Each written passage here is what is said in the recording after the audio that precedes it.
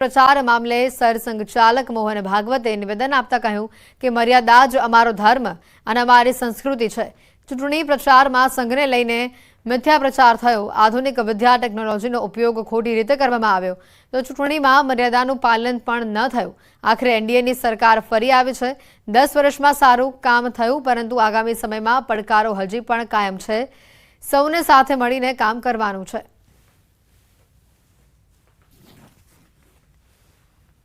पूजनीय स्वामी जी का आशीर्वचन एवं पूजनीय सरसंघ चालक जी का उद्बोधन होगा।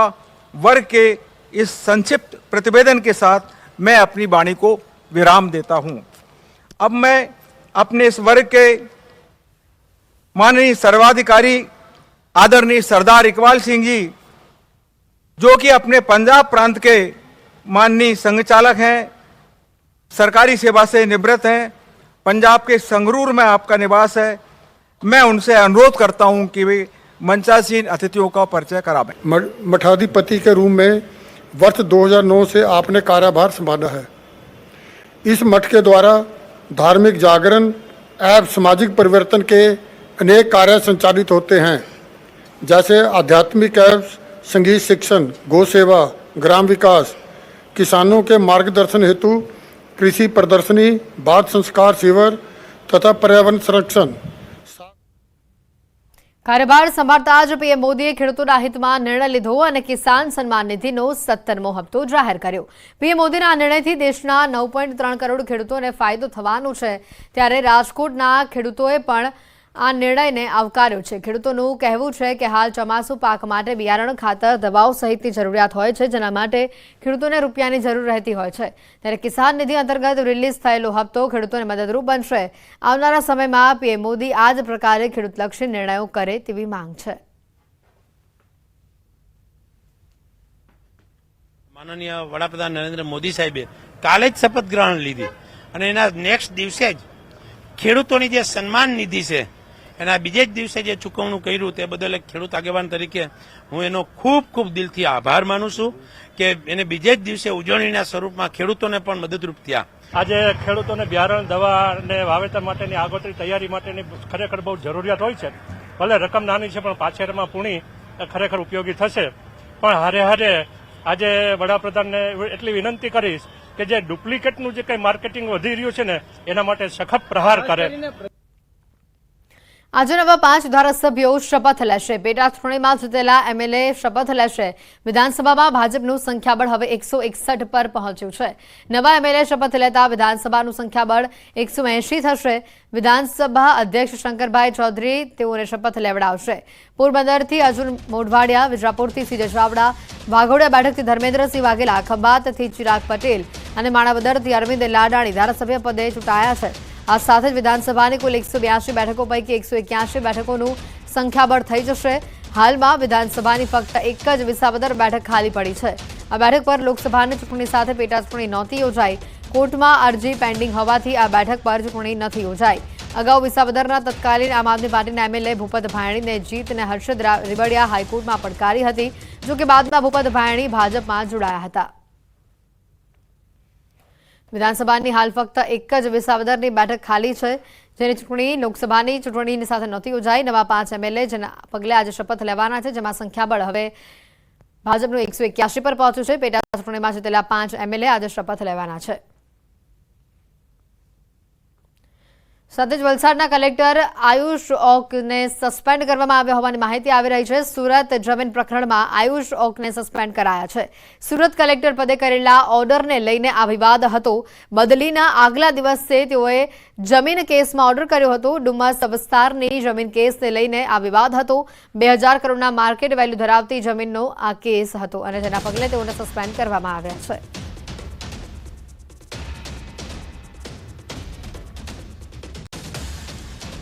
અમદાવાદ કોર્પોરેશનમાં ગેરરીતિ કરનારા સામે લાલા કરાઈ છે। મનપા કમિશનર એમ થનારસને ફરી કાર્યવાહી કરી છે। ઇજનેર વિભાગના 4 અધિકારીઓને સસ્પેન્ડ કર્યા છે। 2 આસિસ્ટન્ટ ઇજનેર અને 2 આસિસ્ટન્ટ સિટી ઇજનેરને સસ્પેન્ડ કરવામાં આવ્યા છે। ફરજમાં ગંભીર બેદરકારી બદલ આ પગલાં લેવાયા છે। એઈ ગ્રીષ્મા શાહ, એઈ બિપિન ચાવડા, એસીઈ દિલાવરસિંહ હઠીલા, એસીઈ ધવલ ગજ્જરને સસ્પેન્ડ કરવામાં આવ્યા છે।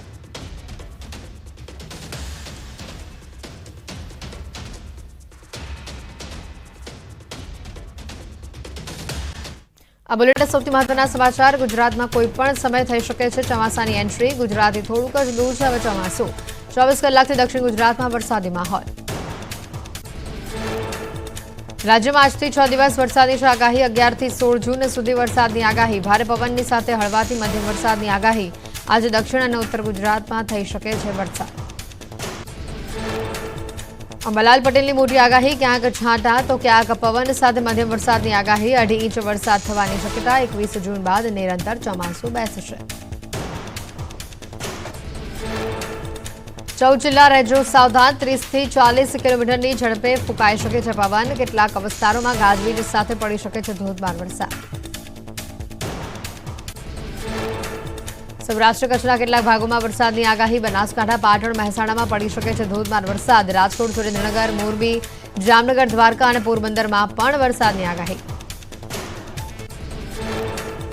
ચોમાસાની એન્ટ્રીની સાથે હવામાનનો બદલાયો મૂડ. દેશમાં એક સાથે 4 સાયક્લોનિક સર્ક્યુલેશન સક્રિય થતા ઉત્તર અને ઉત્તર પૂર્વમાં 3 અને પશ્ચિમમાં 1 સાયક્લોનિક સર્ક્યુલેશનની અસર. હાલમાં એક વેસ્ટર્ન ડિસ્ટર્બન્સ પણ સક્રિય. દક્ષિણ ભારતમાં સિયર ઝોન થયો સક્રિય. રાજ્યમાં વરસાદી માહોલ છવાયો. 24 કલાકમાં 72 તાલુકામાં પડ્યો વરસાદ. સૌથી વધુ તાપીના ડોલવણમાં 4.5 ઇંચ વરસાદ નોંધાયો. વાલોડમાં 3.5 ઇંચ વરસાદ ખાબક્યો. ધરમપુર અને બાબરામાં 3 ઇંચ, જ્યારે કપરાડા અને ક્વાંટમાં 2 ઇંચ વરસાદ પડ્યો.